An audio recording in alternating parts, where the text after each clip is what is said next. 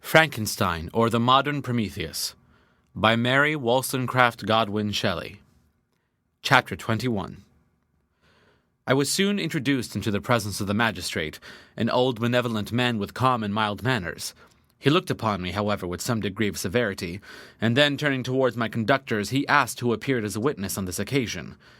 About half a dozen men came forward, and, one being selected by the magistrate, he deposed that he had been out fishing the night before with his son and brother-in-law, Daniel Nugent, when, about 10 o'clock, they observed a strong northerly blast rising, and they accordingly put in for port.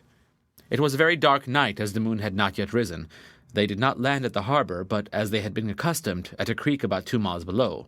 He walked on first, carrying a part of the fishing tackle, and his companions followed him at some distance. As he was proceeding along the sands, he struck his foot against something and fell at his length on the ground. His companions came up to assist him, and by the light of their lantern they found that he had fallen on the body of a man, who was to all appearance dead. Their first supposition was that it was the corpse of some person who had been drowned and was thrown on shore by the waves, but on examination they found that the clothes were not wet, and even that the body was not then cold. They instantly carried it to the cottage of an old woman near the spot and endeavored, but in vain, to restore it to life. It appeared to be a handsome young man, about 25 years of age. He had apparently been strangled, for there was no sign of any violence except a black mark of fingers on his neck. The first part of this deposition did not in the least interest me, but when the mark of the fingers was mentioned, I remembered the murder of my brother and felt myself extremely agitated. My limbs trembled, and a mist came over my eyes, which obliged me to lean on a chair for support. The magistrate observed me with a keen eye, and of course drew an unfavorable augury from my manner. The son confirmed his father's account, but when Daniel Nugent was called, he swore positively that just before the fall of his companion, he saw a boat, with a single man in it, at a short distance from the shore, and as far as he could judge by the light of a few stars, it was the same boat in which I had just landed. A woman deposed that she lived near the beach and was standing at the door of her cottage, waiting for the return of the fishermen, about an hour before she heard of the discovery of the body, when she saw a boat with only one man in it push off from that part of the shore where the corpse was afterwards found. Another woman confirmed the account of the fishermen having brought the body into her house. It was not cold.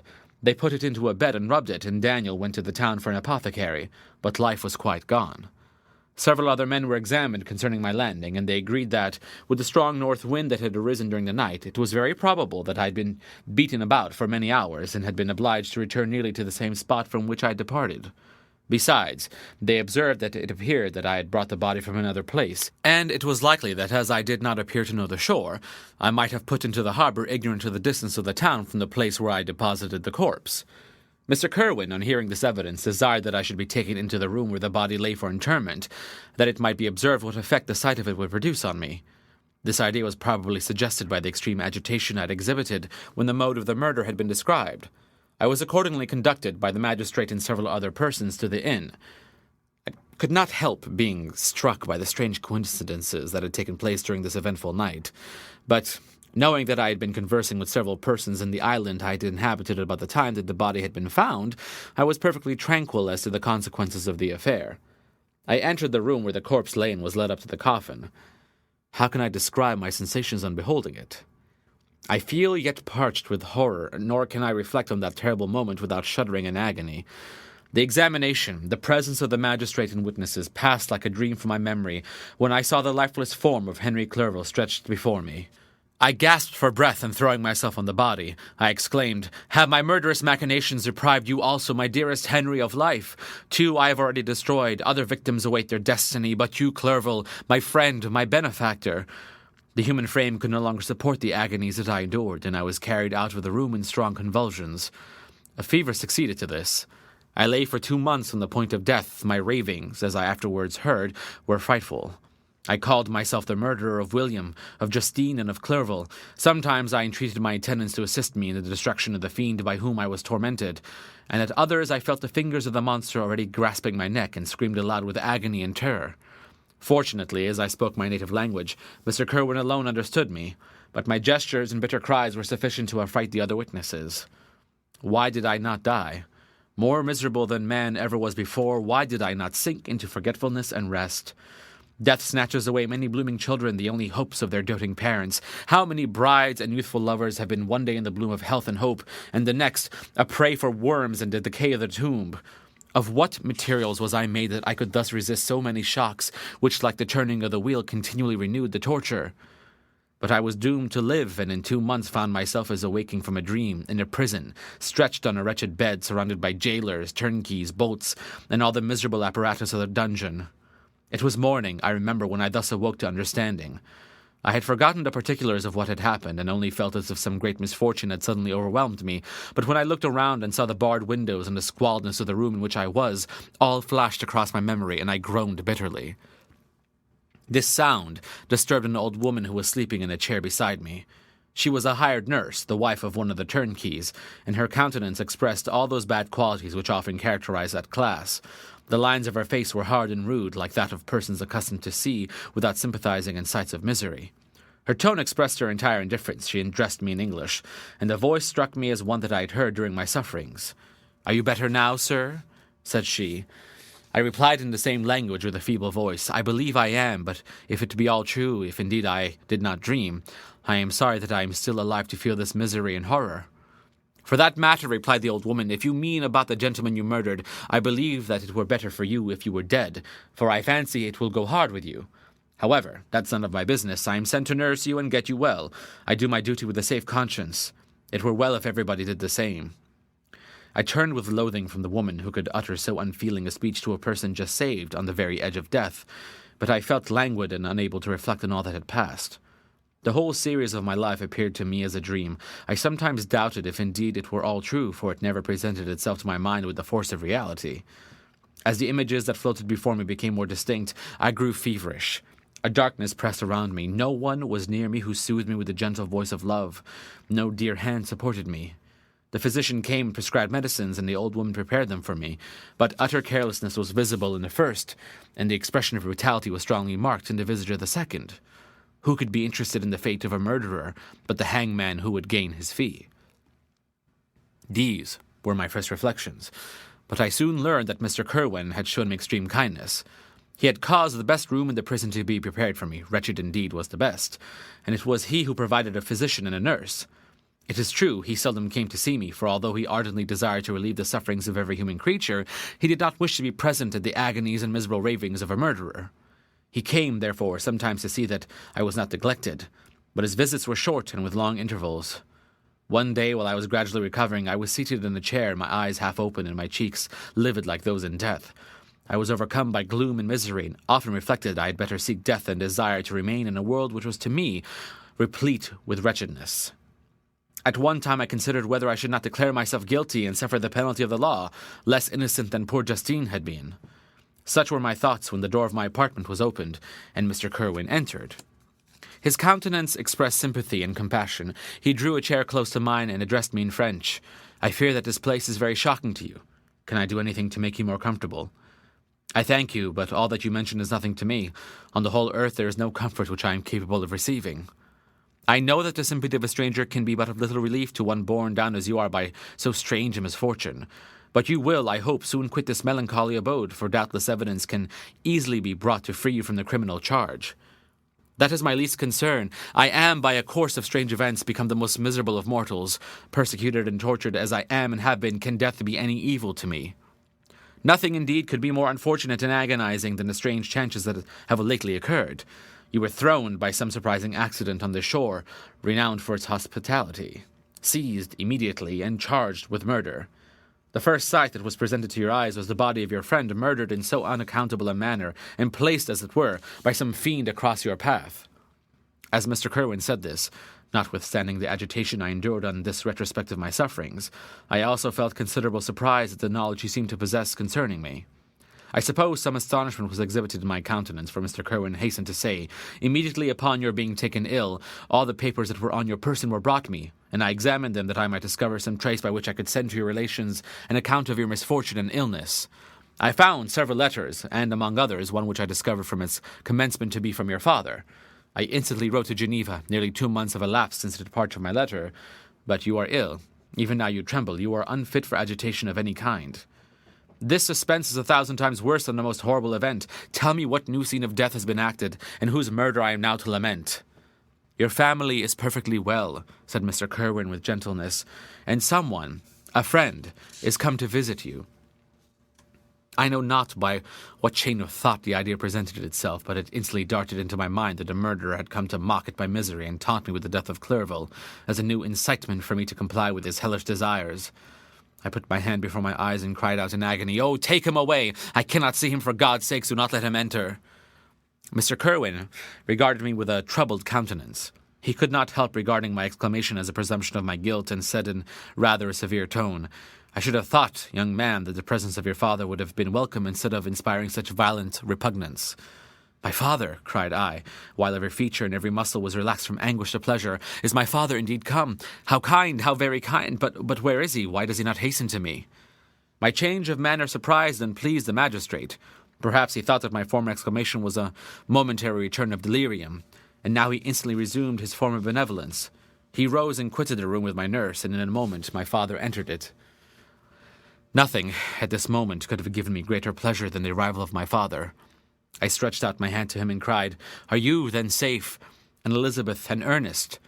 My father calmed me with assurances of their welfare and endeavoured, by dwelling on these subjects so interesting to my heart, to raise my desponding spirits, but he soon felt that a prison cannot be the abode of cheerfulness. "What a place is this that you inhabit, my son?"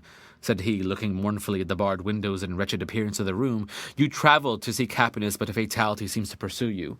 And poor Clerval—" The name of my unfortunate and murdered friend was an agitation too great to be endured in my weak state. I shed tears.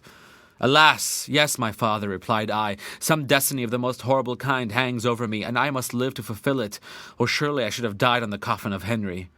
We were not allowed to converse for any length of time, for the precarious state of my health rendered every precaution necessary that could ensure tranquillity.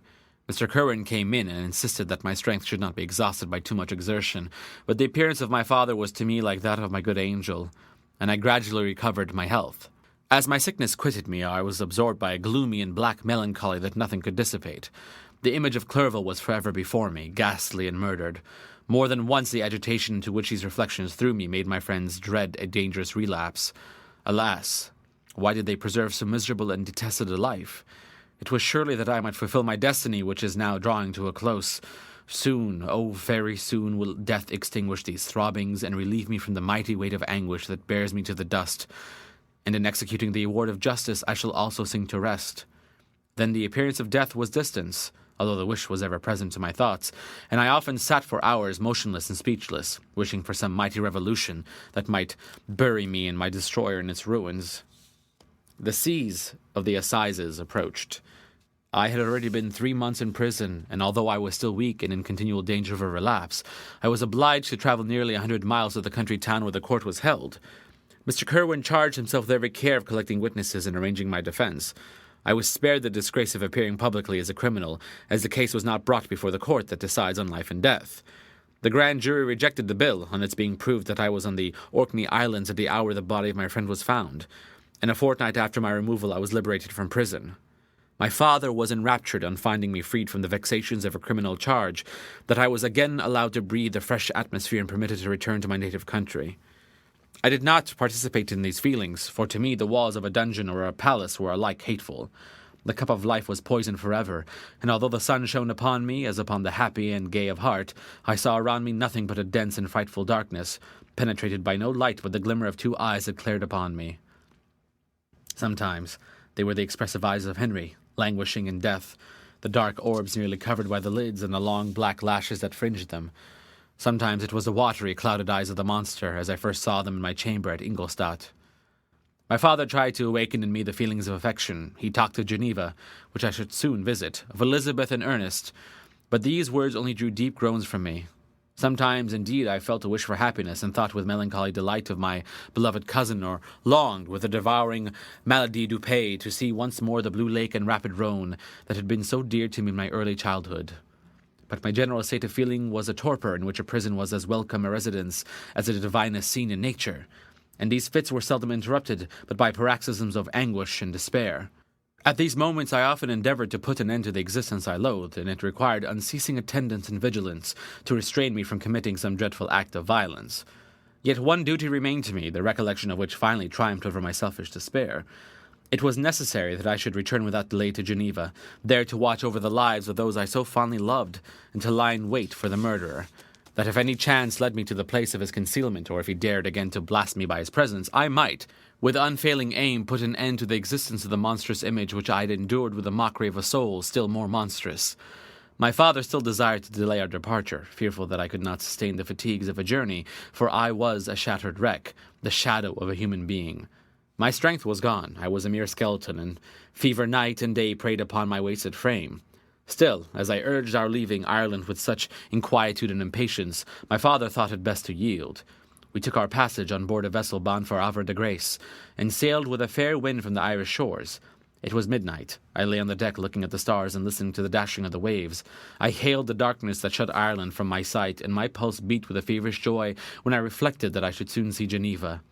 The past appeared to me in the light of a frightful dream, yet the vessel in which I was, the wind that blew from the detested shore of Ireland, and the sea which surrounded me, told me too forcibly that I was deceived by no vision, and that Clerval, my friend and dearest companion, had fallen a victim to me and the monster of my creation. I repassed, in my memory, my whole life, my quiet happiness while residing with my family in Geneva, the death of my mother and my departure for Ingolstadt. I remembered, shuddering, the mad enthusiasm that hurried me on to the creation of my hideous enemy, and I called to mind the night in which he first lived. I was unable to pursue the train of thought. 1,000 feelings pressed upon me, and I wept bitterly. Ever since my recovery from the fever, I had been in the custom of taking every night a small quantity of laudanum, for it was by means of this drug only that I was enabled to gain the rest necessary for the preservation of life. Oppressed by the recollection of my various misfortunes, I now swallowed double my usual quantity and soon slept profoundly. But sleep did not afford me respite from thought and misery. My dreams presented 1,000 objects that scared me. Towards morning I was possessed by a kind of nightmare. I felt the fiend's grasp in my neck and could not free myself from it. Groans and cries rang in my ears. My father was watching over me, perceiving my restlessness, awoke me. The dashing waves were around, the cloudy sky above. The fiend was not here. A sense of security, a feeling that a truce was established between the present hour and the irresistible, disastrous future, imparted to me a kind of calm forgetfulness of which the human mind is, by its structure, peculiarly susceptible. End of chapter. Read by Fadi Akhtar for Lit2Go. On the web at fcit.usf.edu.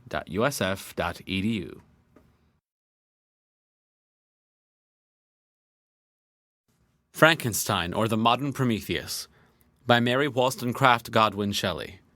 Chapter 22. The voyage came to an end. We landed and proceeded to Paris. I soon found that I had overtaxed my strength, and that I must repose before I could continue my journey. My father's care and attentions were indefatigable, but he did not know the origin of my sufferings, and sought erroneous methods to remedy the incurable ill. He wished me to seek amusement in society. I abhorred the face of man. Oh, not abhorred. They were my brethren, my fellow beings, and I felt attracted even to the most repulsive among them, as to creatures of an angelic nature and celestial mechanism. But I felt that I had no right to share their intercourse. I had unchained an enemy among them whose joy it was to shed their blood and to revel in their groans. How they would, each and all, abhor me and hunt me from the world, did they know my unhallowed acts and the crimes which had their source in me. My father yielded at length to my desire to avoid society, and strove by various arguments to banish my despair. Sometimes he thought that I felt deeply the degradation of being obliged to answer a charge of murder, and he endeavored to prove me the futility of pride. "Alas, my father," said I, "how little do you know me! Human beings, their feelings and passions would indeed be degraded if such a wretch as I felt pride. Justine, poor unhappy Justine, was as innocent as I, and she suffered the same charge. She died for it, and I am the cause of this. I murdered her. William, Justine, and Henry, they all died by my hands."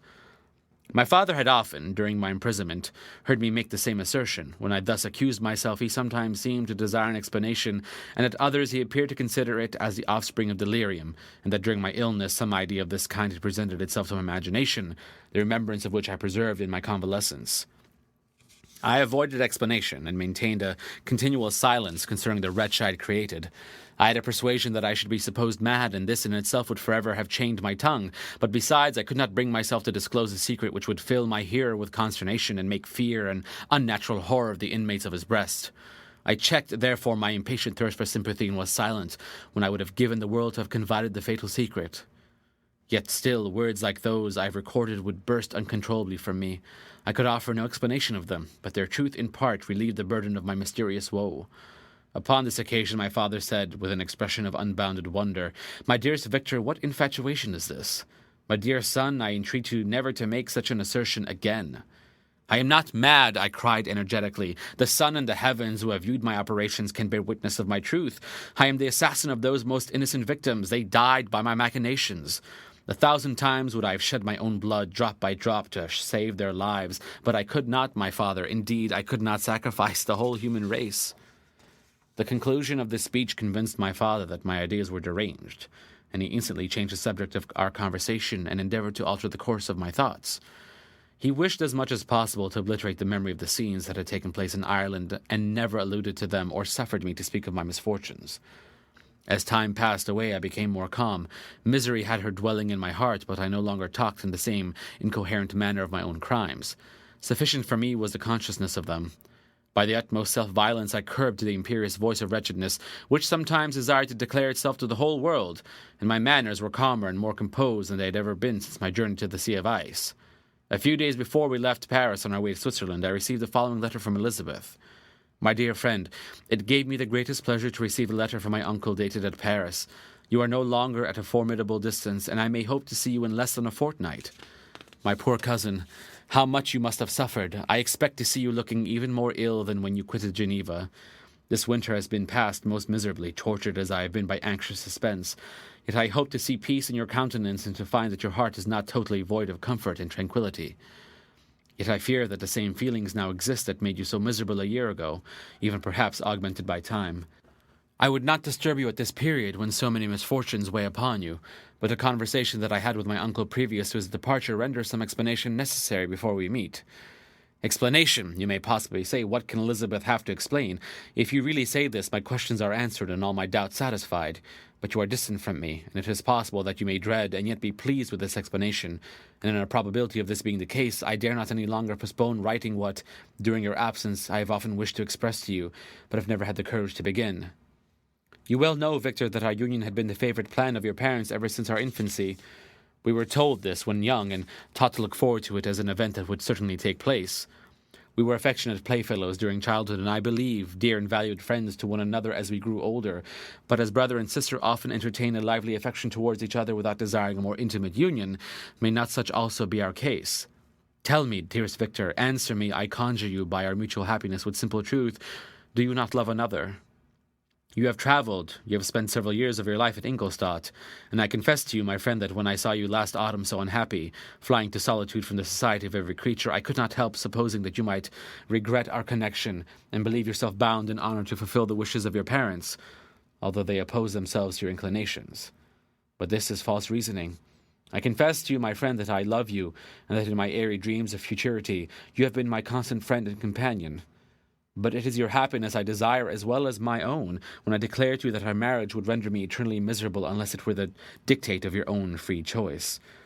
Even now I weep to think that, borne down as you are by the cruelest misfortunes, you may stifle by the word honour all hope of that love and happiness which would alone restore you to yourself.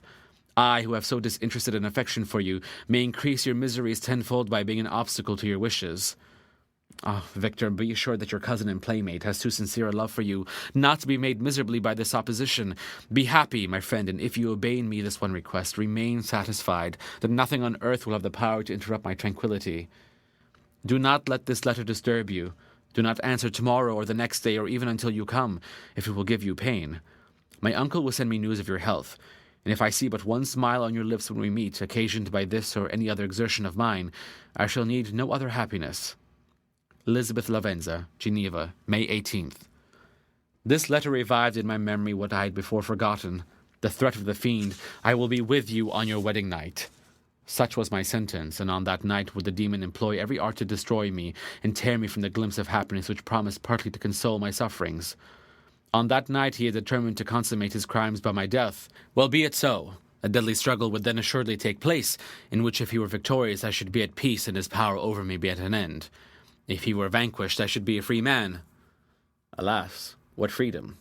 Such as the peasant enjoys when his family have been massacred before his eyes, his cottage burnt, his lands laid waste, and he is turned adrift, homeless, penniless, and alone, but free. Such would be my liberty, except that in my Elizabeth I possess a treasure, alas, balanced by those horrors of remorse and guilt which would pursue me until death. Sweet and beloved Elizabeth, I read and reread her letter, and some softened feeling stole into my heart and dared to whisper paradisiacal dreams of love and joy. But the apple was already eaten, and the angel's arm bared to drive me from all hope. Yet I would die to make her happy. If the monster executed his threat, death was inevitable. Yet again I considered whether my marriage would hasten my fate. My destruction might indeed arrive a few months sooner, but if my torturer should suspect that I postponed it, influenced by his menaces, he would surely find another and perhaps more dreadful means of revenge. He had vowed to be with me on my wedding night, yet he did not consider that threat as binding him to peace in the meantime, for as if to show me that he was not yet satiated with blood, he had murdered Clerval immediately after the enunciation of his threats. I resolved, therefore, that if my immediate union with my cousin would conduce either to hers or my father's happiness, my adversary's designs against my life should not retard it a single hour. In this state of mind I wrote to Elizabeth. My letter was calm and affectionate. I fear, my beloved girl, I said, little happiness remains for us on earth, yet all that I may one day enjoy is centered in you. Chase away your idle fears. To you alone do I consecrate my life and my endeavors for contentment. I have one secret, Elizabeth, a dreadful one. When revealed to you, it will chill your frame with horror, and then, far from being surprised at my misery, you will only wonder that I survive what I have endured. I will confide this tale of misery and terror to you on the day after our marriage shall take place. For, my sweet cousin, there must be perfect confidence between us. But until then, I conjure you, do not mention or allude to it. This I most earnestly entreat, and I know you will comply.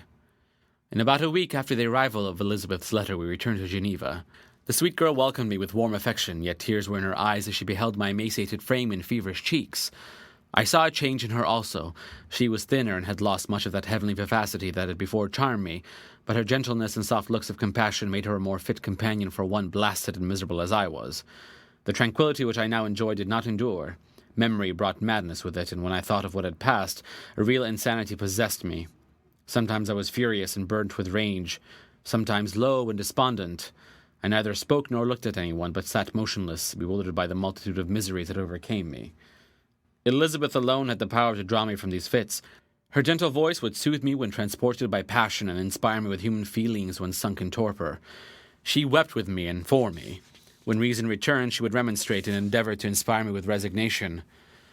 Ah, it is well for the unfortunate to be resigned, but for the guilty there is no peace. The agonies of remorse poison the luxury there is otherwise sometimes found in indulging the excess of grief. Soon after my arrival, my father spoke of my immediate marriage with Elizabeth. I remained silent. Have you, then, some other attachment? None on earth. I love Elizabeth and look forward to our union with delight. Let the day therefore be fixed, and on it I will consecrate myself in life or death to the happiness of my cousin. My dear Victor, do not speak thus. Heavy misfortunes have befallen us, but let us only cling closer to what remains and transfer our love for those whom we have lost to those who yet live. Our circle will be small, but bound close by the ties of affection and mutual misfortune, and when time shall have softened your despair, new and dear objects of care will be born to replace those of whom we have been so cruelly deprived. Such were the lessons of my father, but to me the remembrance of the threat returned. Nor can you wonder that, omnipotent as the fiend had yet been in his deeds of blood, I should almost regard him as invincible, and that when he had pronounced the words, "I shall be with you on your wedding night," I should regard the threatened fate as unavoidable. But death was no evil to me if the loss of Elizabeth were balanced with it, and I therefore, with a contented and even cheerful countenance, agreed with my father that, if my cousin would consent, the ceremony should take place in 10 days, and thus put, as I imagined, the seal to my fate. Great God! If for one instant I had thought what might be the hellish intention of my fiendish adversary, I would rather have banished myself forever from my native country and wandered a friendless outcast over the earth than have consented to this miserable marriage. But, as if possessed of magic powers, the monster had blinded me to his real intentions, and when I thought that I had prepared only my own death, I hastened that of a far dearer victim. As the period fixed for our marriage drew nearer, whether from cowardice or prophetic feeling, I felt my heart sink within me. But I concealed my feelings by an appearance of hilarity that brought smiles and joy to the countenance of my father, but hardly deceived that ever-watchful and nicer eye of Elizabeth. She looked forward to our union with placid contentment, not unmingled with a little fear, which past misfortunes had impressed, that what now appeared certain and tangible happiness might soon dissipate into an airy dream and leave no trace but deep and everlasting regret. Preparations were made for the event, congratulatory visits were received, and all wore a smiling appearance. I shut up as well as I could in my own heart the anxiety that preyed there and entered with seeming earnestness into the plans of my father, although they might only serve as the decorations of my tragedy. Through my father's exertions, a part of the inheritance of Elizabeth had been restored to her by the Austrian government. A small possession on the shores of Como belonged to her. It was agreed that, immediately after our union, we should proceed to Villa Lavenza and spend our first days of happiness beside a beautiful lake near which it stood. In the meantime, I took every precaution to defend my person in case the fiend should openly attack me. I carried pistols and a dagger constantly about me and was ever on the watch to prevent artifice, and by these means gained a greater degree of tranquillity. Indeed, as the period approached, the threat appeared more as a delusion, not to be regarded as worthy to disturb my peace, while the happiness I hoped for in my marriage wore a greater appearance of certainty as the day fixed for solemnization drew near, and I heard it continually spoken of as an occurrence which no accidents could possibly prevent. Elizabeth seemed happy. My tranquil demeanor contributed greatly to calm her mind, but on the day that was to fulfill my wishes and my destiny she was melancholy, and a presentiment of evil pervaded her. And perhaps also she thought of the dreadful secret which I had promised to reveal to her on the following day. My father was in the meantime overjoyed, and in the bustle of preparation only recognized in the melancholy of his niece the diffidence of a bride. After the ceremony was performed, a large party assembled at my father's, but it was agreed that Elizabeth and I should commence our journey by water, sleeping that night at Evian and continuing our voyage on the following day. The day was fair, the wind favorable. All smiled on our nuptial embarkation. Those were the last moments of my life during which I enjoyed the feeling of happiness. We passed rapidly along. The sun was hot, but we were sheltered from its rays by a kind of canopy while we enjoyed the beauty of the scene.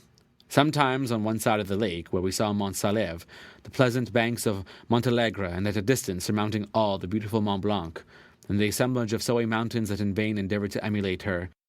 Sometimes, coasting the opposite banks, we saw the mighty Jura opposing its dark side to the ambition that would quit its native country, and an almost insurmountable barrier to the invader who should wish to enslave it. I took the hand of Elizabeth. "You are sorrowful, my love. Ah, if you knew what I have suffered and what I may yet endure, you would endeavor to let me taste the quiet and freedom from despair that this one day at least permits me to enjoy." "Be happy, my dear Victor," replied Elizabeth. "There is, I hope, nothing to distress you. And be assured that if a lively joy is not painted in my face, my heart is contented. Something whispers to me not to depend too much on the prospect that is open before us, but I will not listen to such a sinister voice. Observe how fast we move along, and how the clouds, which sometimes obscure and sometimes rise above the dome of Mont Blanc, render the scene of beauty still more interesting. Look also at the innumerable fish that are swimming in the clear waters, where we can distinguish every pebble that lies at the bottom. What a divine day, how happy and serene all nature appears." Thus Elizabeth endeavored to divert her thoughts and mind from all reflection upon melancholy subjects, but her temper was fluctuating. Joy for a few instants shone in her eyes, but it continually gave place to distraction and reverie. The sun sank lower in the heavens. We passed the river Drance, and observed its path through the chasms of the higher and the glens of the lower hills. The Alps here come closer to the lake, and we approached the amphitheatre of mountains which forms its eastern boundary. The spire of Evian shone under the woods that surrounded it in the range of mountain above mountain by which it was overhung. The wind, which had hitherto carried us along with amazing rapidity, sank at sunset to a light breeze. The soft air just ruffled the water and caused a pleasant motion among the trees as we approached the shore, from which it wafted the most delightful scent of flowers and hay. The sun sank beneath the horizon as we landed, and as I touched the shore I felt those cares and fears revive which soon were to clasp me and cling to me forever. End of chapter. Read by Fadi Akhtar for Lit2Go. On the web at fcit.usf.edu.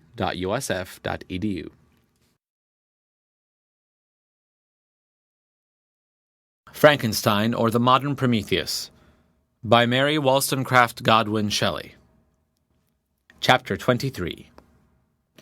It was 8 o'clock when we landed. We walked for a short time on the shore, enjoying the transitory light, and then retired to the inn and contemplated the lovely scene of waters, woods, and mountains, obscured in darkness, yet still displaying their black outlines. The wind, which had fallen in the south, now rose with great violence in the west. The moon had reached her summit in heavens and was beginning to descend. The clouds swept across it swifter than the flight of the vulture and dimmed her rays, while the lake reflected the scene of the busy heavens, rendered still busier by the restless waves that were beginning to rise. Suddenly a heavy storm of rain descended. I had been calm during the day, but so soon as night obscured the shapes of objects, 1,000 fears arose in my mind. I was anxious and watchful. While my right hand grasped a pistol which was hidden in my bosom, every sound terrified me, but I resolved that I would sell my life dearly and not shrink from the conflict until my own life or that of my adversary was extinguished. Elizabeth observed my agitation for some time in timid and fearful silence, but there was something in my glance which communicated terror to her, and trembling, she asked, "What is it that agitates you, my dear Victor? What is it you fear?" "Oh, peace, peace, my love," replied I. "This night, and all will be safe. But this night is dreadful, very dreadful." I passed an hour in this state of mind when suddenly I reflected how fearful the combat, which I momentarily expected, would be to my wife, and I earnestly entreated her to retire, resolving not to join her until I had obtained some knowledge as to the situation of my enemy. She left me, and I continued some time walking up and down the passages of the house and inspecting every corner that might afford a retreat to my adversary, but I discovered no trace of him, and was beginning to conjecture that some fortunate chance had intervened to prevent execution of his menaces, when suddenly I heard a shrill and dreadful scream. It came from the room into which Elizabeth had retired. As I heard it, the whole truth rushed into my mind. My arms dropped, the motion of every muscle and fibre was suspended. I could feel the blood trickling in my veins and tingling in the extremities of my limbs. This state lasted but for an instant. The scream was repeated, and I rushed into the room. Great God, why did I not then expire? Why am I here to relate the destruction of the best hope and the purest creature on earth? She was there, lifeless and inanimate, thrown across the bed, her head hanging down, and her pale and distorted features half covered by her hair. Everywhere I turn, I see the same figure, her bloodless arms and relaxed form flung by the murderer on its bridal bier. Could I behold this and live? Alas, life is obstinate and clings closest where it is most hated. For a moment only did I lose recollection. I fell senseless on the ground. When I recovered, I found myself surrounded by the people of the inn. Their countenances expressed a breathless terror, but the horror of others appeared only as a mockery, a shadow of the feelings that oppressed me. I escaped from them to the room where lay the body of Elizabeth, my love, my wife, so lately living, so dear, so worthy. She had been moved from the posture in which I had first beheld her, and now, as she lay, her head upon her arm and a handkerchief thrown across her face and neck, I might have supposed her asleep. I rushed towards her and embraced her with ardour, but the deadly languor and coldness of the limbs told me that what I now held in my arms had ceased to be the Elizabeth whom I had loved and cherished. The murderous mark of the fiend's grasp was on her neck, and the breath had ceased to issue from her lips. While I still hung over her in the agony of despair, I happened to look up. The windows of the room had before been darkened, and I felt a kind of panic on seeing the pale yellow light of the moon illuminate the chamber. The shutters had been thrown back, and with a sensation of horror not to be described, I saw at the open window a figure the most hideous and abhorred. A grin was on the face of the monster. He seemed to jeer, as if with his fiendish finger he pointed towards the corpse of my wife. I rushed towards the window, and drawing a pistol from my bosom, fired. But he eluded me, leaped from his station, and running with the swiftness of lightning, plunged into the lake. The report of the pistol brought a crowd into the room. I pointed to the spot where he had disappeared, and we followed the track with boats. Nets were cast, but in vain. After passing several hours, we returned hopeless, most of my companions believing it to have been a form conjured up by my fancy. After having landed, they proceeded to search the country, parties going in different directions among the woods and vines. I attempted to accompany them and proceeded a short distance from the house, but my head whirled round. My steps were like those of a drunken man. I fell at last in a state of utter exhaustion. A film covered my eyes, and my skin was parched with the heat of fever. In this state I was carried back and placed on a bed, hardly conscious of what had happened. My eyes wandered round the room as if to seek something that I had lost. After an interval I arose, and as if by instinct crawled into the room where the corpse of my beloved lay.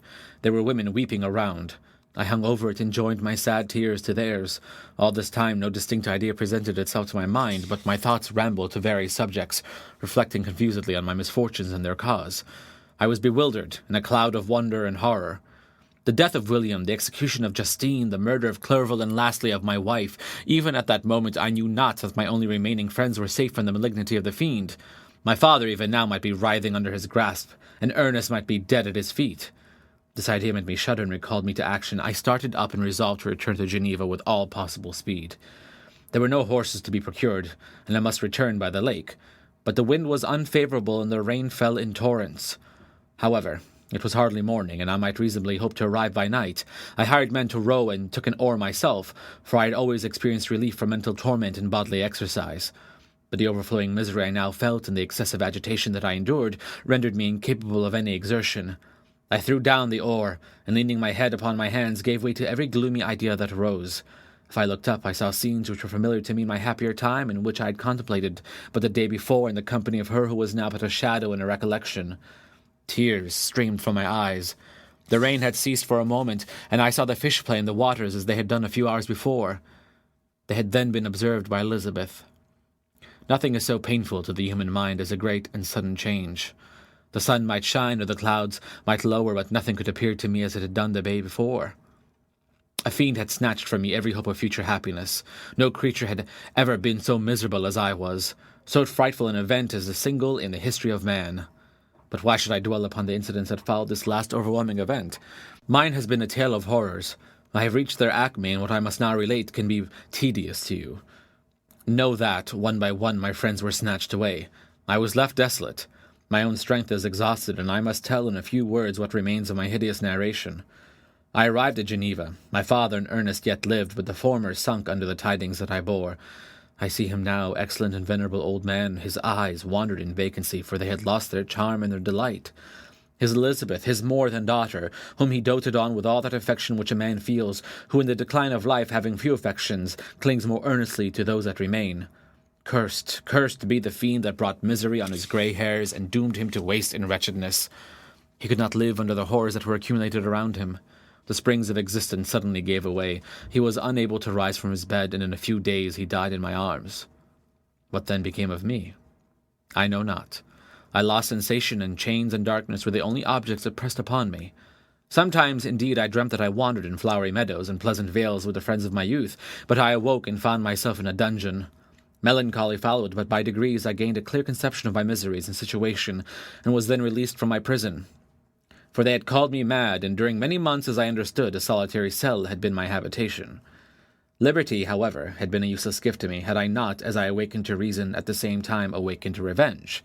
As the memory of past misfortunes pressed upon me, I began to reflect on their cause, the monster whom I had created, the miserable demon whom I had sent abroad into the world for my destruction. I was possessed by a maddening rage when I thought of him, and desired and ardently prayed that I might have him within my grasp to wreak a great and single revenge on his cursed head. Nor did my hate long confine itself to useless wishes. I began to reflect on the best means of securing him, and for this purpose, about a month after my release, I repaired to a criminal judge in the town and told him that I had an accusation to make, that I knew the destroyer of my family, and that I required him to exert his whole authority for the apprehension of the murderer. The magistrate listened to me with attention and kindness. "Be assured, sir," said he, "no pains or exertions on my part shall be spared to discover the villain." "I thank you," replied I. "Listen, therefore, to the deposition that I have to make. It is indeed a tale so strange that I should fear you would not credit it were there not something in truth which, however wonderful, forces conviction. The story is too connected to be mistaken for a dream, and I have no motive for falsehood. My manner as I thus addressed him was impressive, but calm. I had formed in my own heart a resolution to pursue my destroyer to death, and this purpose quieted my agony, and for an interval reconciled me to life. I now related my history, briefly but with firmness and precision, marking the dates with accuracy and never deviating into invective or exclamation. The magistrate appeared at first perfectly incredulous, but as I continued he became more attentive and interested. I saw him sometimes shudder with horror. At others a lively surprise, unmingled with disbelief, was painted on his countenance. When I had concluded my narration, I said, "This is the being whom I accuse, and for whose seizure and punishment I call upon you to exert your whole power. It is your duty as a magistrate, and I believe and hope that your feelings as a man will not revolt from the execution of those functions on this occasion." This address caused a considerable change in the physiognomy of my own auditor. He had heard my story with that half kind of belief that is given to a tale of spirits and supernatural events, but when he called upon to act officially in consequence, the whole tide of his incredulity returned. He, however, answered mildly, "I would willingly afford you every aid in your pursuit, but the creature of whom you speak appears to have powers which would put all my exertions to defiance. Who can follow an animal which can traverse the sea of ice and inhabit caves and dens where no man could venture to intrude? Besides, some months have elapsed since the commission of his crimes, and no one can conjecture to what place he has wandered or what region he may now inhabit. I do not doubt that he hovers near the spot which I inhabit, and if he has indeed taken refuge in the Alps, he may be hunted like the chamois and destroyed as a beast of prey. But I perceive your thoughts. You do not credit my narrative and do not intend to pursue my enemy with the punishment which is his desert." As I spoke, rage sparkled in my eyes. The magistrate was intimidated. "You are mistaken," said he. "I will exert myself, and if it is in my power to seize the monster, be assured that he shall suffer punishment proportionate to his crimes. But I fear from what you have yourself described to be his properties that this will prove impracticable, and thus, while every proper measure is pursued, you should make up your mind to disappointment." "That cannot be, but all that I can say will be of little avail. My revenge is of no moment to you, yet while I allow it to be a vice, I confess that it is a devouring and only passion of my soul.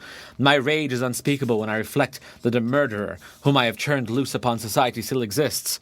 You refuse my just demand. I have but one resource, and I devote myself either in my life or death to his destruction." I trembled with excessive agitation as I said this. There was a frenzy in my manner, and something, I doubt not, of that haughty fierceness which the martyrs of old are said to have possessed. But to a Genevan magistrate whose mind was occupied by far other ideas than those of devotion and heroism, this elevation of mind had much the appearance of madness. He endeavoured to soothe me as a nurse does the child, and reverted to my tale as the effects of delirium. "Man," I cried, "how ignorant art thou in thy pride of wisdom! Cease! You know not what it is you say." I broke from the house angry and disturbed, and retired to meditate on some other mode of action. End of chapter. Read by Fadi Akhtar for Lit2Go. On the web at fcit.usf.edu.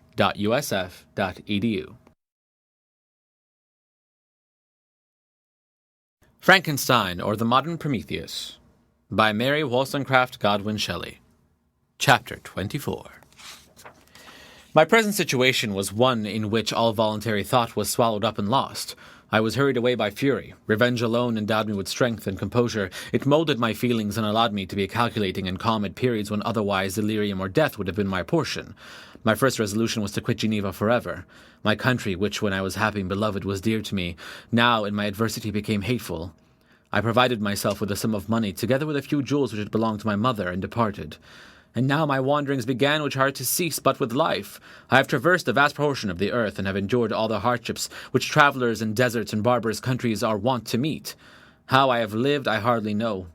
Many times have I stretched my failing limbs upon the sandy plain and prayed for death, but revenge kept me alive. I dared not die and leave my adversary in being.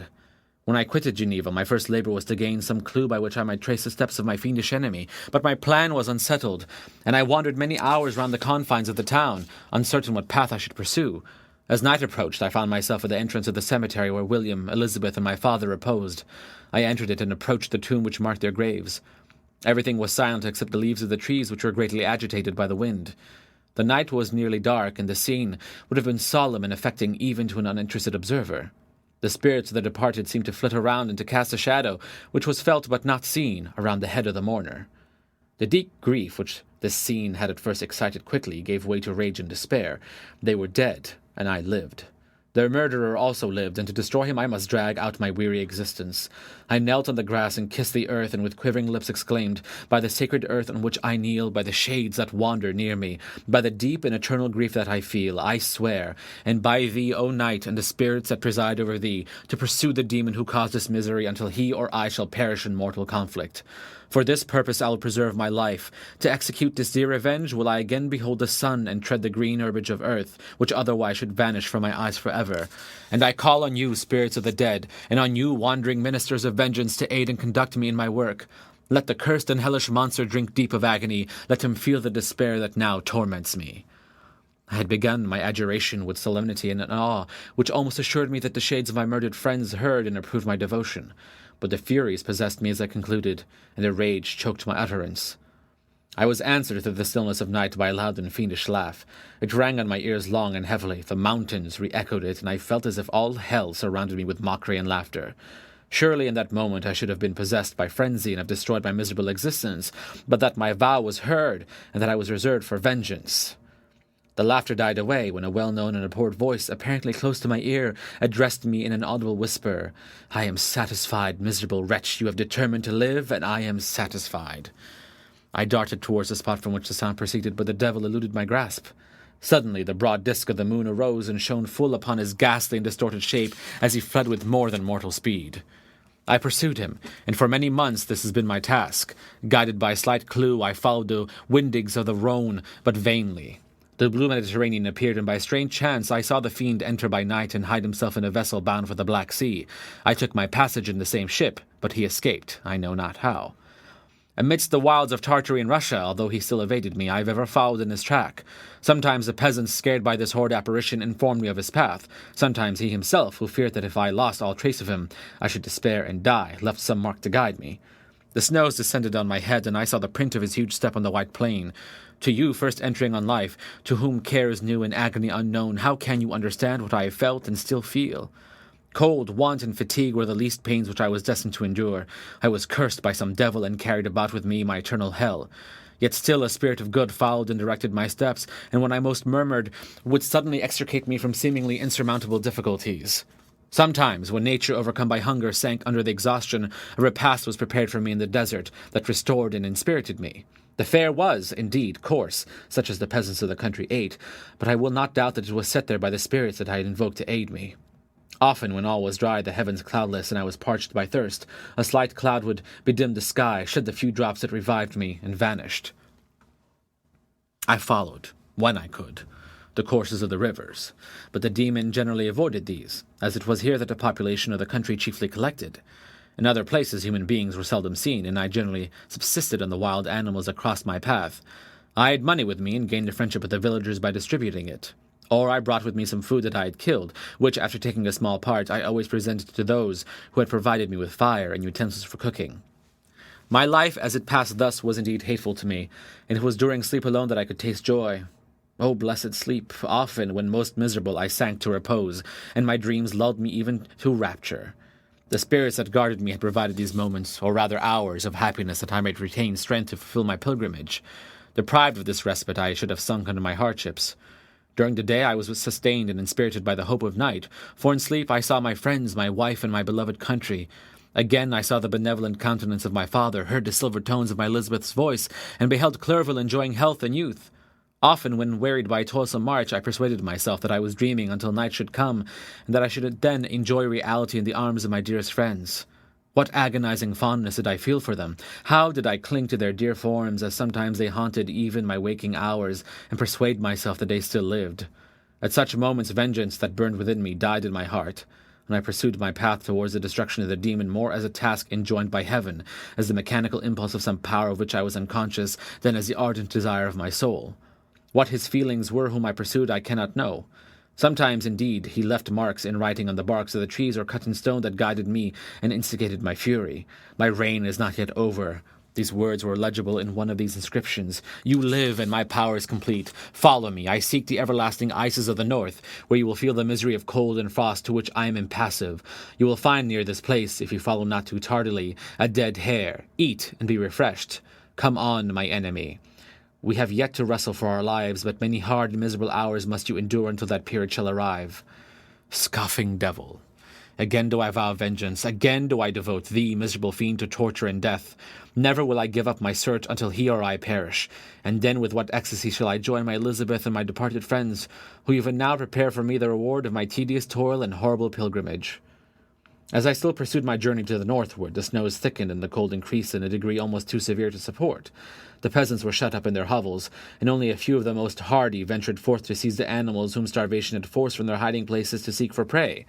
The rivers were covered with ice, and no fish could be procured, and thus I was cut off from my chief article of maintenance. The triumph of my enemy increased with the difficulty of my labors. One inscription that he left was in these words, Prepare! Your toils only begin, wrap yourself in furs and provide food, for we shall soon enter upon a journey where your sufferings will satisfy my everlasting hatred.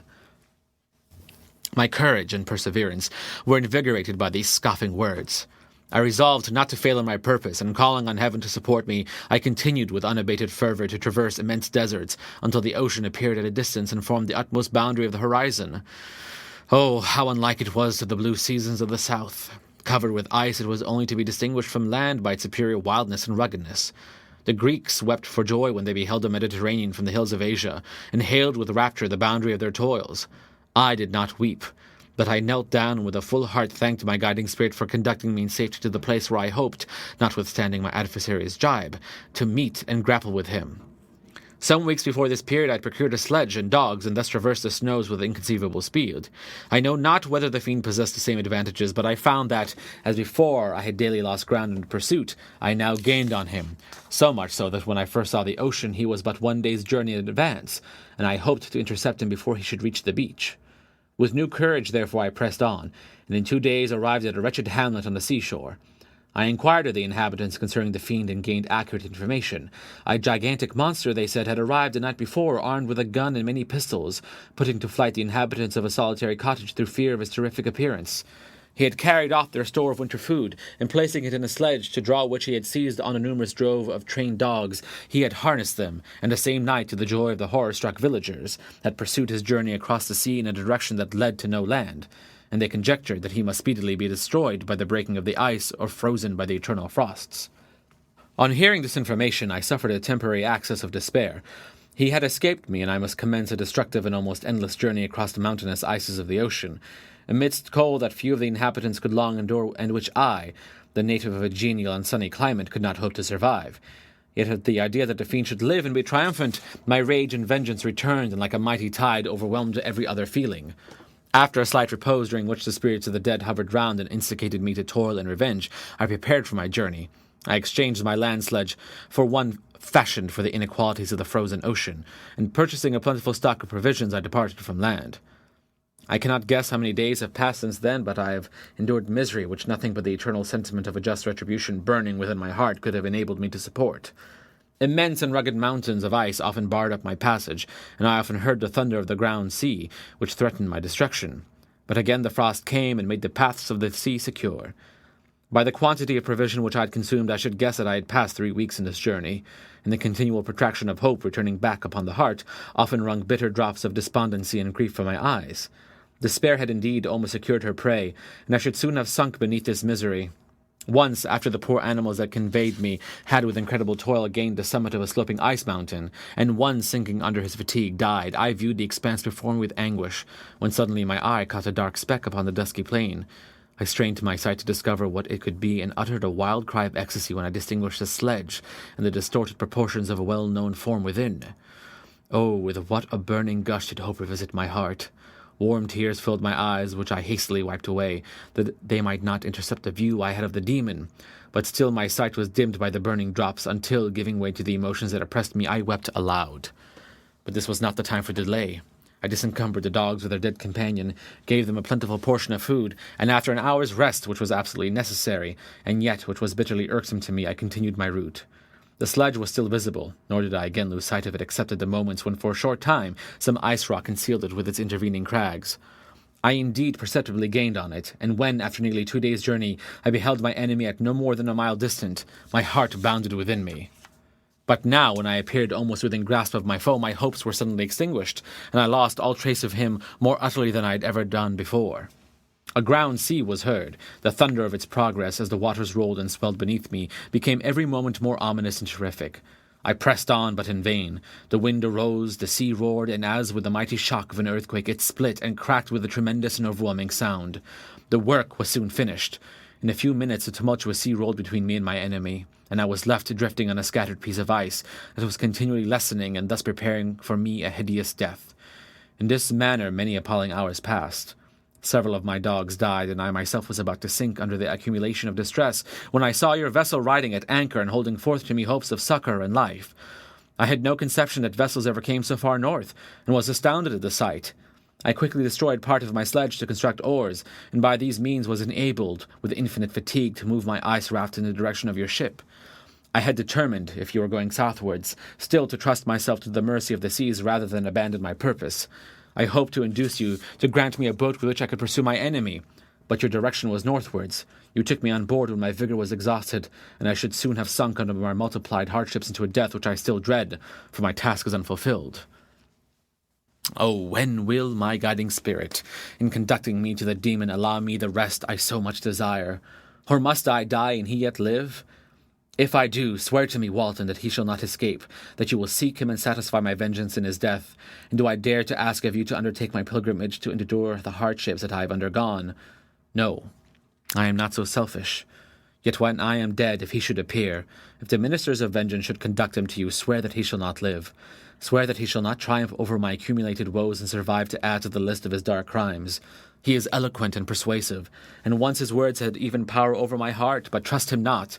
His soul is as hellish as his form, full of treachery and fiend-like malice. Hear him not. Call on the names of William, Justine, Clerval, Elizabeth, my father, and of the wretched Victor, and thrust your sword into his heart. I will hover near and direct the steel aright. Walton, in continuation. August 26th. You have read this strange and terrific story, Margaret, and do you not feel your blood congeal with horror like that which even now curdles mine?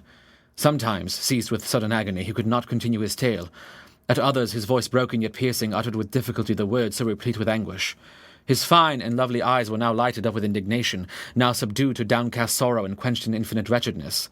Sometimes he commanded his countenance and tones and related the most horrible incidents with a tranquil voice, suppressing every mark of agitation. Then, like a volcano bursting forth, his face would suddenly change to an expression of the wildest rage as he shrieked out imprecations on his prosecutor. His tale is connected and told with an appearance of the simplest truth, yet I own to you that the letters of Felix and Safi, which he showed me, and the apparition of the monster seen from our ship, brought to me a greater conviction of the truth of his narrative than his asseverations, however earnest and connected. Such a monster has, then, really existence. I cannot doubt it, yet I am lost in surprise and admiration. Sometimes I endeavoured to gain from Frankenstein the particulars of his creature's formation, but on this point he was impenetrable. "Are you mad, my friend?" said he, "or whither does your senseless curiosity lead you? Would you also create for yourself and the world a demoniacal enemy? Peace, peace, learn my miseries, and do not seek to increase your own." Frankenstein discovered that I made notes concerning his history. He asked to see them, and then himself corrected and augmented them in many places, but principally in giving the life and spirit to the conversations he held with his enemy. "Since you have preserved my narration," said he, "I would not that a mutilated one should go down to posterity." Thus has a week passed away, while I have listened to the strangest tale that ever imagination formed. My thoughts and every feeling of my soul have been drunk up by the interest for my guest, which this tale and his own elevated and gentle manners have created. I wish to soothe him, yet can I counsel one so infinitely miserable, so destitute of every hope of consolation, to live? Oh, no. The only joy that he can now know will be when he composes his shattered spirit to peace and death.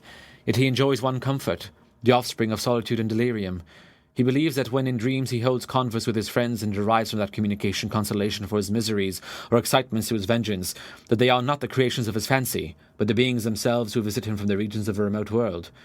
This faith gives a solemnity to his reveries that render them to me almost as imposing and interesting as truth. Our conversations are not always confined to his own history and misfortunes. On every point of general literature he displays unbounded knowledge and a quick and piercing apprehension. His eloquence is forcible and touching, nor can I hear him when he relates a pathetic incident or endeavours to move the passions of pity or love without tears. What a glorious creature must he have been in the days of his prosperity, when he is thus noble and godlike in ruin. He seems to feel his own worth and the greatness of his fall.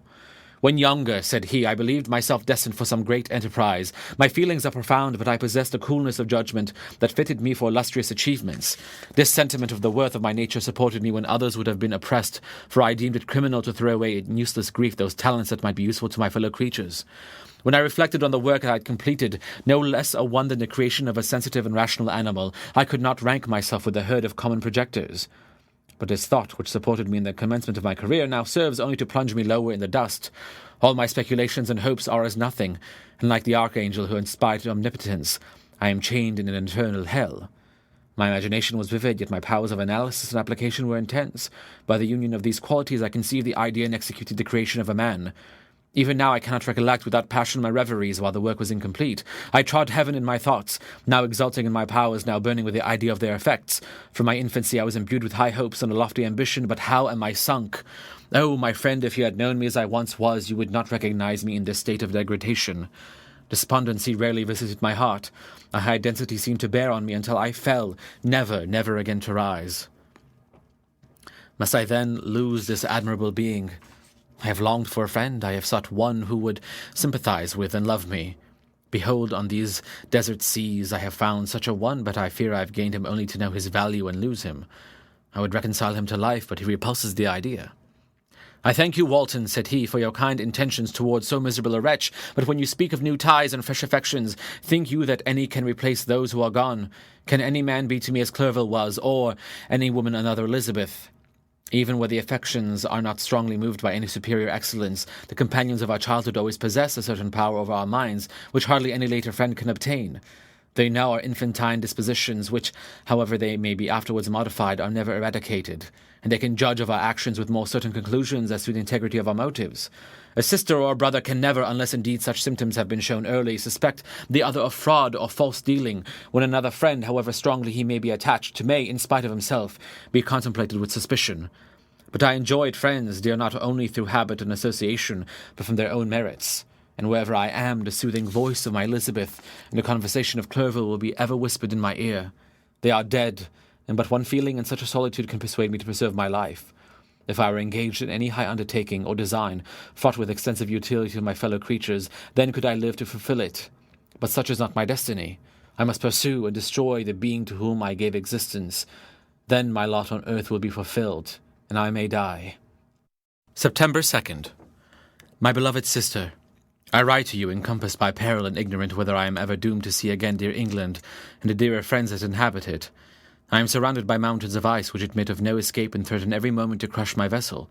The brave fellows whom I have persuaded to be my companions look towards me for aid, but I have none to bestow. There is something terribly appalling in our situation, yet my courage and hopes do not desert me. Yet it is terrible to reflect that the lives of all these men are endangered through me. If we are lost, my mad schemes are the cause. And what, Margaret, will be the state of your mind? You will not hear of my destruction, and you will anxiously await my return. Years will pass, and you will have visitings of despair, and yet be tortured by hope. Oh, my beloved sister, the sickening failing of your heartfelt expectations is, in prospect, more terrible to me than my own death. But you have a husband and lovely children. You may be happy. Heaven bless you and make you so. My unfortunate guest regards me with the tenderest compassion. He endeavours to fill me with hope and talks as if life were a possession which he valued. He reminds me how often the same accidents have happened to other navigators who were attempted to sea, and in spite of myself he fills me with cheerful auguries. Even the sailors feel the power of his eloquence. When he speaks, they no longer despair. He rouses their energies, and while they hear his voice, they believe these vast mountains of ice are molehills which will vanish before the resolutions of man. These feelings are transitory. Each day of expectation delayed fills him with fear, and I almost dread the mutiny caused by this despair. September 5th. A scene has just passed of such uncommon interest that, although it is highly probable that these papers may never reach you, yet I cannot forbear recording it. We are still surrounded by mountains of ice, still in imminent danger of being crushed in their conflict. The cold is excessive, and many of my unfortunate comrades have already found a grave amidst this scene of desolation. Frankenstein had daily declined in health. A feverish fire still glimmers in his eyes. But he is exhausted, and when suddenly roused to any exertion he speedily sinks again into his apparent lifelessness. I mentioned in my last letter the fears I entertained of a mutiny. This morning, as I sat watching the wan countenance of my friend, his eyes half closed and his limbs hanging listlessly, I was roused by half a dozen of the sailors who demanded admission into the cabin. They entered, and the leader addressed me. He told me that he and his companions had been chosen by the other sailors to come in deputation to me to make a requisition which, in justice, I could not refuse. We were immured in ice and should probably never escape, but they feared that if, as was possible, the ice should dissipate and a free passage be opened, I should be rash enough to continue my voyage and lead them into fresh dangers, after they might happily have surmounted this. They insisted, therefore, that I should engage with a solemn promise that if the vessel should be freed, I would instantly direct my course southwards. This speech troubled me. I had not despaired, nor had I yet conceived the idea of returning if set free, yet could I, in justice or even impossibility, refuse this demand? I hesitated before I answered, when Frankenstein, who had at first been silent, and indeed appeared hardly to have force enough to attend, now roused himself. His eyes sparkled and his cheeks flushed with momentary vigour. Turning towards the men, he said, "What do you mean? What do you demand of your captain? Are you then so easily turned from your design? Did you not call this a glorious expedition?" And wherefore was it glorious? Not because the way was smooth and placid as the southern sea, but because it was full of dangers and terror, because at every new incident your fortitude was to be called forth and your courage exhibited, because danger and death surrounded it, and these you were to brave and overcome. For this was it a glorious, for this was it an honourable undertaking. You were hereafter to be hailed as the benefactors of your species, your names adored as belonging to the brave men who encountered death for honour and the benefit of mankind. And now behold, with the first imagination of danger, or if you will, the first mighty and terrific trial of your courage, you shrink away and are content to be handed down as men who had not strength enough to endure cold and peril. And so, poor souls, they were chilly and returned to their warm firesides. Why, that requires not this preparation. You need not have come thus far and dragged your captain to the shame of a defeat merely to prove yourselves cowards. Oh, be men, or be more than men. Be steady to your purposes and firm as a rock. This ice is not made of such stuff as your heart may be. It is mutable and cannot withstand you if you say that it shall not. Do not return to your families with the stigma of disgrace marked on your brows. Return as heroes who have fought and conquered and who know not what it is to turn their backs on the foe. He spoke this with a voice so modulated to the different feelings expressed in his speech, with an eye so full of lofty design and heroism, that can you wonder that these men were moved? They looked at one another and were unable to reply. I spoke. I told them to retire and consider of what had been said, that I would not lead them farther north, if they strenuously desired the contrary, but that I hoped that, with reflection, their courage would return. They retired, and I turned towards my friend, but he was sunk in languor and almost deprived of life. How all this will terminate I know not, but I had rather die than return shamefully, my purpose unfulfilled. Yet I fear such will be my fate. The men, unsupported by ideas of glory and honour, can never willingly continue to endure their present hardships. September 7th. The die is cast. I have consented to return if we are not destroyed. Thus are my hopes blasted by cowardice and indecision. I come back ignorant and disappointed. It requires more philosophy than I possess to bear this injustice with patience. September 12th. It has passed. I am returning to England. I have lost my hopes of utility and glory. I have lost my friend. But I will endeavour to detail these bitter circumstances to you, my dearest sister. And while I am wafted towards England and towards you, I will not despond. September 9th, the ice began to move, and roarings like thunder were heard at a distance, and the island split and cracked in every direction. We were in the most imminent peril, but as we could only remain passive, my chief attention was occupied by my unfortunate guest, whose illness increased in such a degree that he was entirely confined to his bed. The ice cracked behind us and was driven with force towards the north. A breeze sprang from the west, and on the 11th the passage towards the south became perfectly free. When the sailors saw this, and that their return to their native country was apparently assured, a shout of tumultuous joy broke from them, loud and long continued.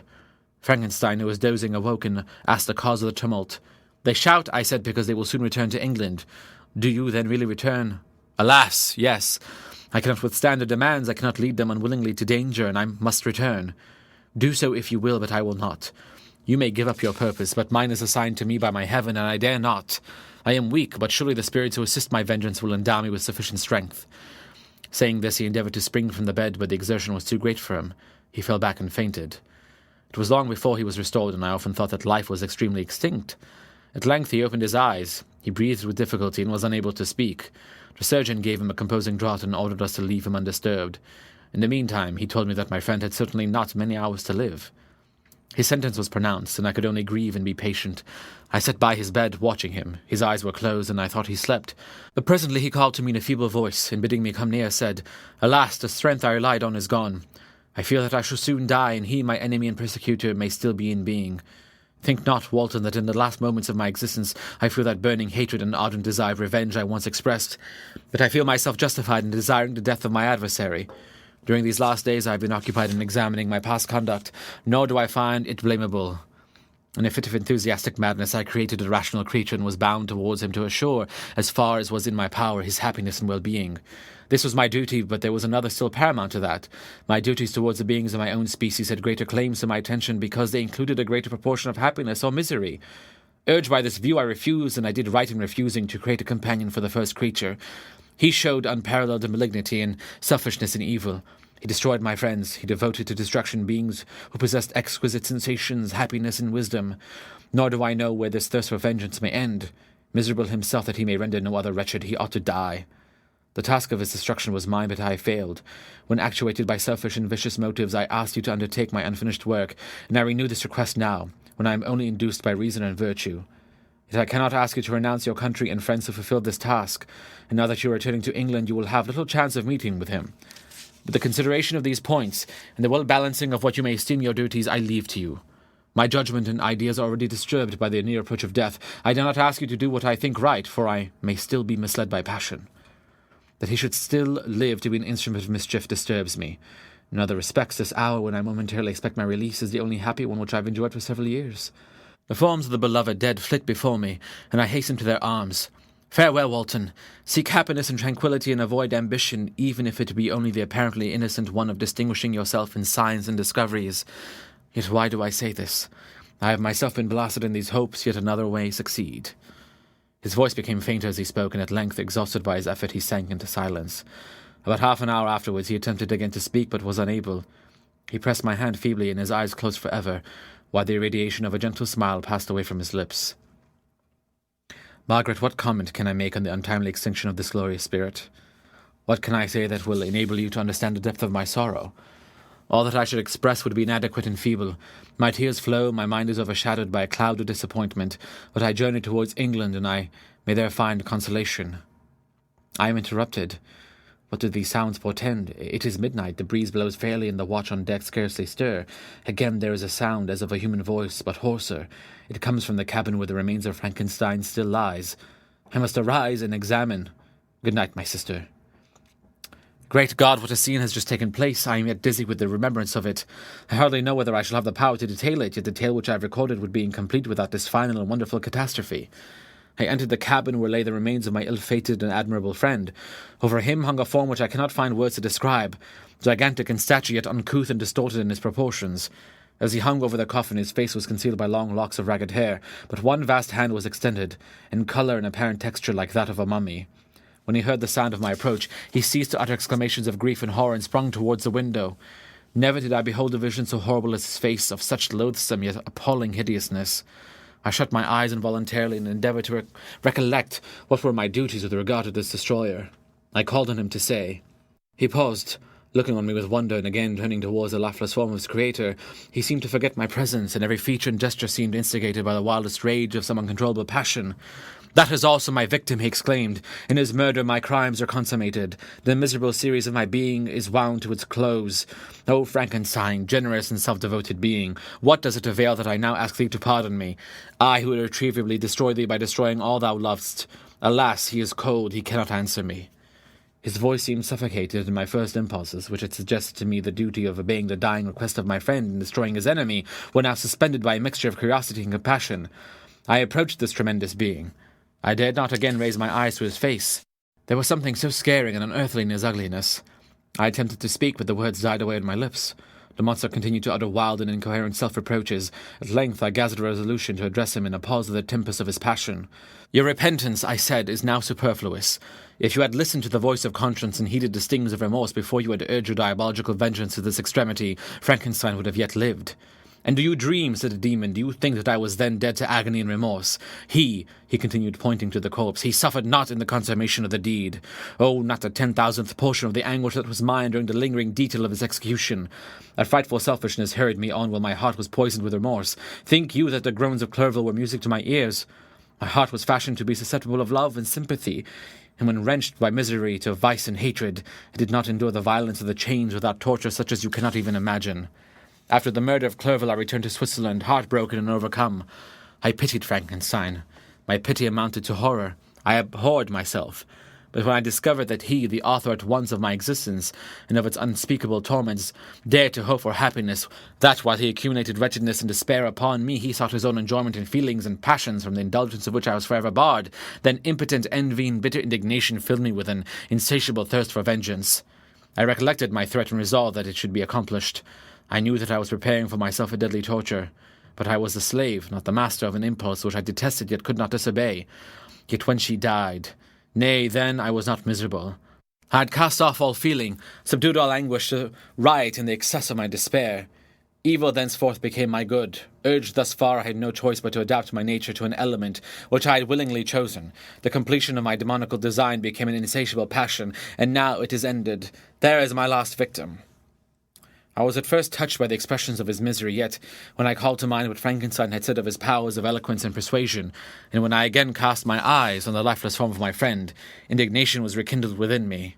"Wretch," I said, "it is well that you come here to whine over the desolation that you have made. You throw a torch into a pile of buildings, and when they are consumed you sit among the ruins and lament the fall. Hypocritical fiend! If he whom you mourn still lived, still would he be the object, again would he become the prey of your accursed vengeance. It is not pity that you feel, you lament only because the victim of your malignity is withdrawn from your power." "Oh, it is not thus," interrupted the being. "Yet such must be the impression conveyed to you by what appears to be the purport of my actions. Yet I seek not a fellow feeling in my misery. No sympathy may I ever find. When I first sought it, it was the love of virtue, the feelings of happiness and affection with which my whole being overflowed, that I wished to be participated. But now that virtue has become to me a shadow, and that happiness and affection are turned into bitter and loathing despair, in what should I seek for sympathy? I am content to suffer alone, and my suffering shall endure. When I die, I am well satisfied that abhorrence and opprobrium should load my memory. Once my fancy was soothed with dreams of virtue, of fame, and of enjoyment. Once I falsely hoped to meet with beings who, pardoning my outward form, would love me for the excellent qualities which I was capable of unfolding. I was nourished with high thoughts of honour and devotion, but now crime has degraded me beneath the meanest animal.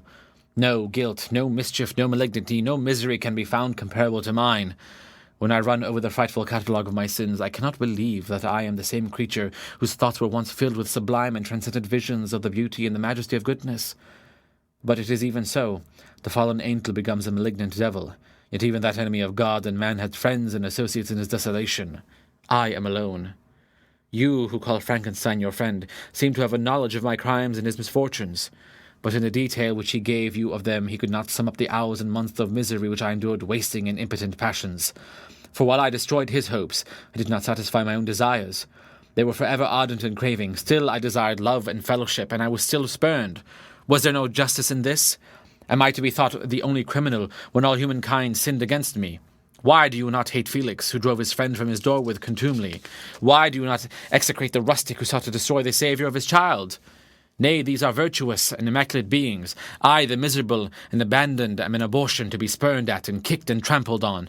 Even now my blood boils at the recollection of this injustice. But it is true that I am a wretch. I have murdered the lovely and the helpless. I have strangled the innocent as they slept and grasped to death his throat, who never injured me or any other living thing. I have devoted my Creator, the select specimen of all that is worthy of love and admiration among men, to misery. I have pursued him even to that irremediable ruin. There he lies, white and cold in death. You hate me, but your abhorrence cannot equal that which I regard myself. I look on the hands which executed the deed. I think on the heart in which the imagination of it was conceived, and long for the moment when these hands will meet my eyes, when that imagination will haunt my thoughts no more. Fear not that I shall be the instrument of future mischief. My work is nearly complete. Neither yours nor any man's death is needed to consummate the series of my being and accomplish that which must be done, but it requires my own. Do not think that I shall be slow to perform this sacrifice. I shall quit your vessel on the ice raft which brought me thither, and shall seek the most northern extremity of the globe. I shall collect my funeral pile and consume to ashes this miserable frame, that its remains may afford no light to any curious and hallowed wretch who would create such another as I have been. I shall die. I shall no longer feel the agonies which now consume me, or be the prey of feelings unsatisfied, yet unquenched. He is dead who called me into being, and when I shall be no more, the very remembrance of us both will speedily vanish. I shall no longer see the sun or stars, or feel the winds play on my cheeks. Light, feeling, and sense will pass away, and in this condition must I find my happiness. Some years ago, when the images which this world affords first opened upon me, when I felt the cheering warmth of summer and heard the rustling of the leaves and the warbling of the birds, and these were all to me, I should have wept to die. Now it is my only consolation. Polluted by crimes and torn by the bitterest remorse, where can I find rest but in death? Farewell. I leave you, and in you the last of humankind whom these eyes will ever behold. Farewell, Frankenstein. If thou wert yet alive, and yet cherished a desire of revenge against me, it would be better satiated in my life than in my destruction. But it was not so. Thou didst seek my extinction, that I might not cause greater wretchedness, and if yet, in some mode unknown to me, thou hadst not ceased to think and feel, thou wouldst not desire against me a vengeance greater than that which I feel. Blasted as thou wert, my agony was still superior to thine, for the bitter sting of remorse will not cease to rankle in my wounds till death shall close them forever. But soon, he cried with sad and solemn enthusiasm, I shall die, and what I now feel be no longer felt. Soon these burning miseries will be extinct. I shall ascend my funeral pile triumphantly and exult in the agony of the torturing flames. The light of that convocation will fade away. My ashes will be swept into the sea by the winds. My spirit will sleep in peace, or if it thinks, it will not surely think thus. Farewell. He sprang from the cabin window as he said this upon the ice raft which lay close to the vessel. He was soon borne away by the waves and lost in darkness and distance. The End. Read by Fadi Akhtar, for Lit to Go, on the web at fcit.usf.edu.